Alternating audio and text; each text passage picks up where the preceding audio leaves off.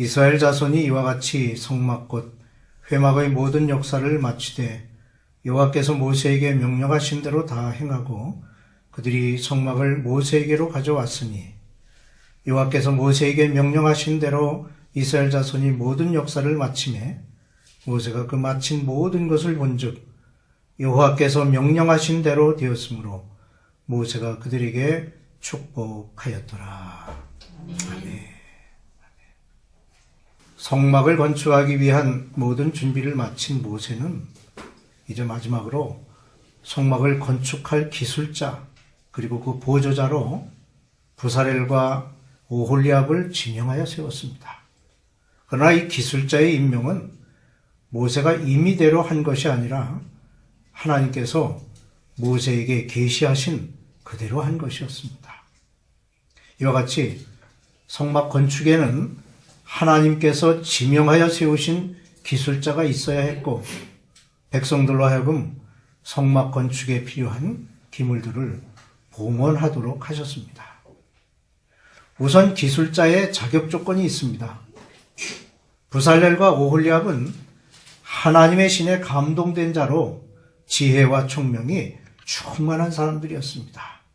이것은 신약의 초대 교회인 예루살렘 교회에서 봉사자를 선택할 때의 자격 기준과 같은 것이었습니다.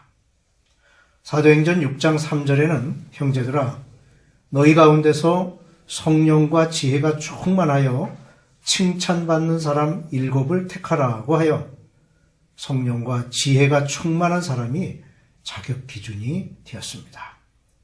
보조자도 마찬가지였습니다. 이들은 자원봉사자들로서 마음이 지혜로운 사람이었고 하나님께서 지혜와 총명을 부어주신 이들이었습니다. 하나님은 즐거운 마음으로 봉사하는 사람을 기뻐하십니다.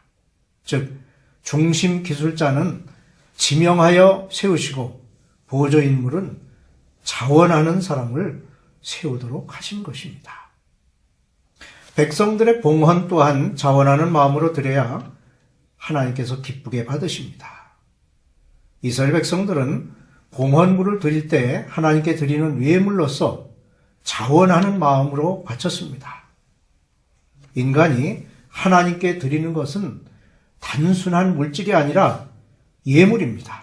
그러기에 정성과 경외심이 들어있어야 합니다. 그렇지 않으면 하나님께서 받지 않으십니다. 무엇보다 그들은 넉넉하게 봉헌하였습니다. 36장 5절에 이르되 백성이 너무 많이 가져오므로 여호와께서 명령하신 일에 쓰기에 남음이 있나이다 라는 놀라운 말씀이 있습니다. 이스라엘 백성들은 아침마다 성막 건축에 필요한 기물들을 하나님께 바쳤습니다. 애굽에서 노예 생활을 하던 그들이 예물을 이렇듯 넘치도록 드렸다는 것은 그들이 믿음으로 드렸음을 알 수 있습니다. 이와 같이 하나님의 집이 넉넉하면 백성들의 집도 넉넉한 것입니다. 성막 건축은 대략 3가지 부분으로 나눌 수 있습니다. 첫째는 성막을 덮는 4종류의 성막 덮개와 널판 그리고 성막문에 휘장이 있습니다. 이 구조물들은 모두 각각의 종교적인 의미를 담고 있습니다. 우선 그룹들을 수놓았습니다. 성막의 열폭 앙장에 그룹들을 색실로 수놓았습니다. 성막 앙장에 그룹을 수놓은 것은 그룹이 하나님의 임재, 호위, 수행의 역할을 하는 천사이기 때문입니다. 이 사실은 성막 안에 하나님께서 임재해 계시다는 것과 하나님을 모시고 있다는 것 그리고 아무나 하나님 앞에 접근할 수 없다는 사실을 말해줍니다. 이 그룹의 역할은 바로 우리 성도들의 역할과 같습니다. 즉 성도가 있는 곳은 그리스도가 계신 곳이며 성도는 항상 주님과 동행하는 존재로 주님의 영광을 보존하고 지켜야 하는 임무를 가지고 있는 것입니다. 다음으로 성막을 덮는 첫 덮개는 수양의 가죽으로 만들었는데 붉은 물로 염색한 것이었습니다.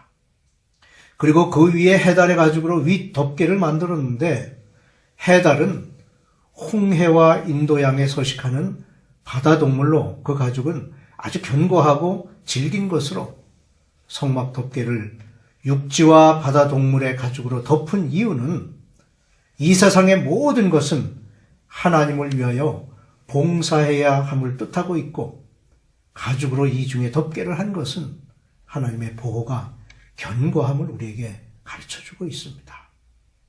그 다음으로 성막을 세울 널판은 조각목으로 만들었는데, 이 조각목은 애굽과 아라비아 일대의 사막에서 자라는 나무이기 때문에 잘 썩지 않고 내구성이 매우 강한 것입니다.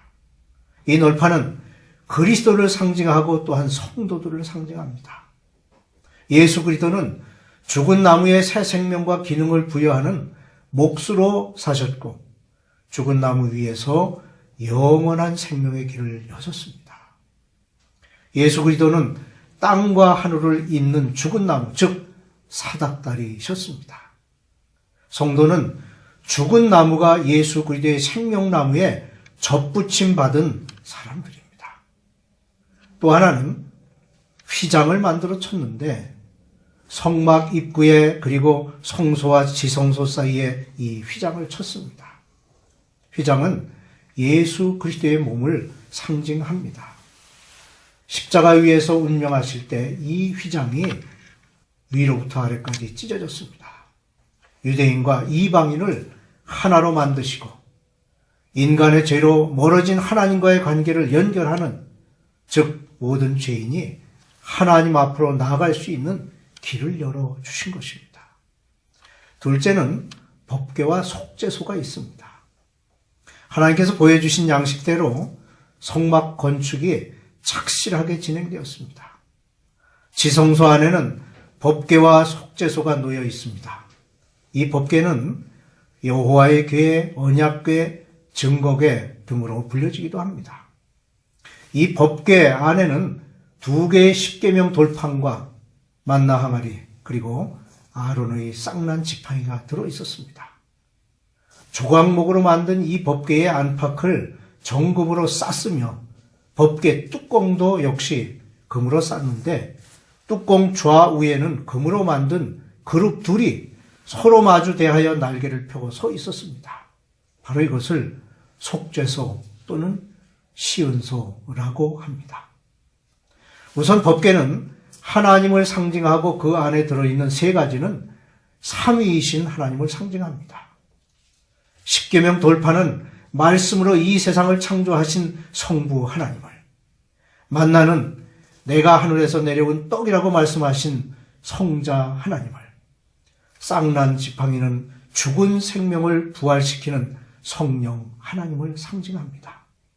이 3가지 성물은 인위적으로 만들어진 것이 아니라 하나님께서 직접 만드시고 내려주신 것들입니다.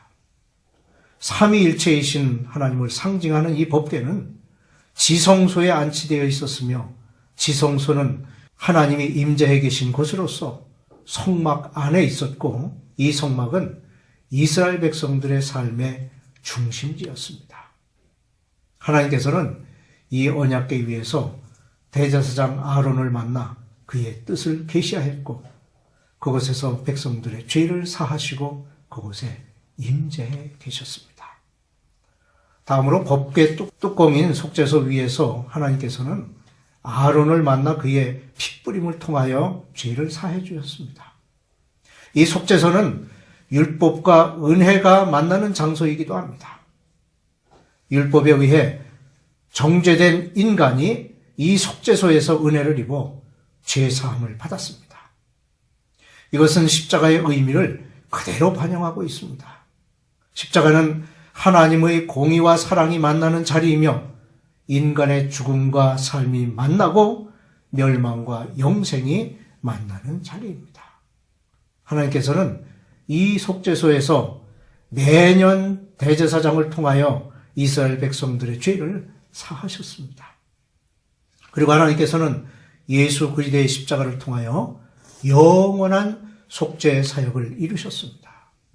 히브리서 9장 25절로 26절에는 대제사장이 해마다 다른 것의 피로써 성소에 들어가는 것 같이 자주 자기를 드리려고 아니하실지니 그리하면 그가 세상을 창조한 때부터 자주 고난을 받았어야 할 것이로되 이제 자기를 단번에 제물로 드려 죄를 없이 하시려고 세상 끝에 나타나셨느니라고 분명히 말씀하고 있습니다. 셋째 부분은 성막들의 물두멍입니다. 물두멍은 회막문에서 수종드는 여인들의 거울로 만들어졌습니다. 거울은 사람의 사사로운 물건이지요. 이런 물건이 성막을 세우는 일에 사용된 것은 참으로 놀라운 일입니다. 우리는 이 사실에서 우리에게는 사사롭고 하찮은 물질이라도 하나님의 일을 위하여 이와 같이 소중하게 쓰일 수 있음을 알아야 합니다. 우리는 거울을 보면서 자기가 남들보다 낫다고 생각하며 흡족해합니다. 그것은 스스로를 의롭다고 생각하는 바리새인들의 잘못된 생각과 같은 것입니다. 하나님의 말씀은 우리의 참된 거울이므로 우리의 참 모습을 비춰줄 수 있습니다. 하나님의 말씀에 우리 마음을 비춰보면 우리 마음속이 얼마나 더러운지를 알게 됩니다. 이처럼 말씀의 거울은 우리의 있는 모습 그대로를 보여줍니다. 그러므로 우리는 우리의 참 모습을 보기 위해서 말씀의 거울에 우리 자신을 비춰 보아야 합니다. 그래서 자신이 얼마나 더러운 존재인지를 깨달아 깨끗하게 되는 길을 찾아야 합니다. 물두멍에는 매일 아침 깨끗한 물이 채워졌는데 이 물은 말씀을 나타내는 것입니다. 제사장들이 이 물두멍에서 손과 발을 씻었듯이 우리는 말씀으로 우리의 더러운 마음을 깨끗하게 씻어야 합니다. 물두멍에 씻으라는 말씀은 하나님의 명령으로 제사장들이 성막에 들어갈 때 씻지 않으면 죽으리라고 말씀하셨습니다. 이와 같이 우리도 죄로 더러워진 마음을 말씀으로 깨끗하게 씻지 않으면 죽을 수밖에 없는 것입니다. 그러므로 말씀의 물두멍에서 씻음을 받고 깨끗하고 거룩하게 되어 영원한 삶의 기쁨을 누려야 하겠습니다. 드디어 성막이 완성되어 공헌을 하게 되었습니다. 첫째 달 초하루에 성막을 세우고 모든 성막의 기구들을 들여놓았습니다. 이 모든 역사를 마쳤을 때에 구름이 회막에 덮이고 여호와의 영광이 성막에 충만하게 되었습니다. 구름이 성막 위에 떠오르면 이스라엘 자손들이 행진하였고 구름이 떠오르지 않으면 몇 날 며칠이라도 그곳에 머물렀습니다. 이와 같이 성막은 하나님이 임재하신 곳으로 백성들과 친히 함께 하셨습니다. 하나님의 백성된 우리 또한 하나님이 언제나 함께 하심을 믿고 동행하는 삶을 살아야 하겠습니다.